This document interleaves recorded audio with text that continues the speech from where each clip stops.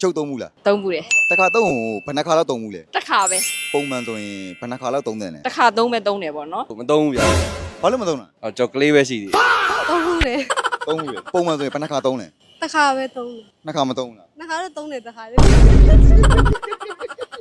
ချုပ်တစ်ချောင်းကိုပုံမှန်ဆိုရင်ဘယ်နှခါသုံးလဲ ကျုပ်တစ်ချောင်းကိုကျွန်တော် break တာလဲပြီးသုံးတာဆိုတော့ကျုပ်ကတော့ဒီတိုင်းပဲ break တာပဲလဲတာ ချုပ်သုံးဘူးလား သုံးဘူးလေ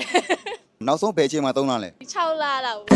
တစ်ခါသုံးကိုညီမလေးဘယ်နှခါသုံးလဲ တစ်ခါသုံးပါဆိုတော့တစ်ခါသုံးပေါ့ မသုံးဘူး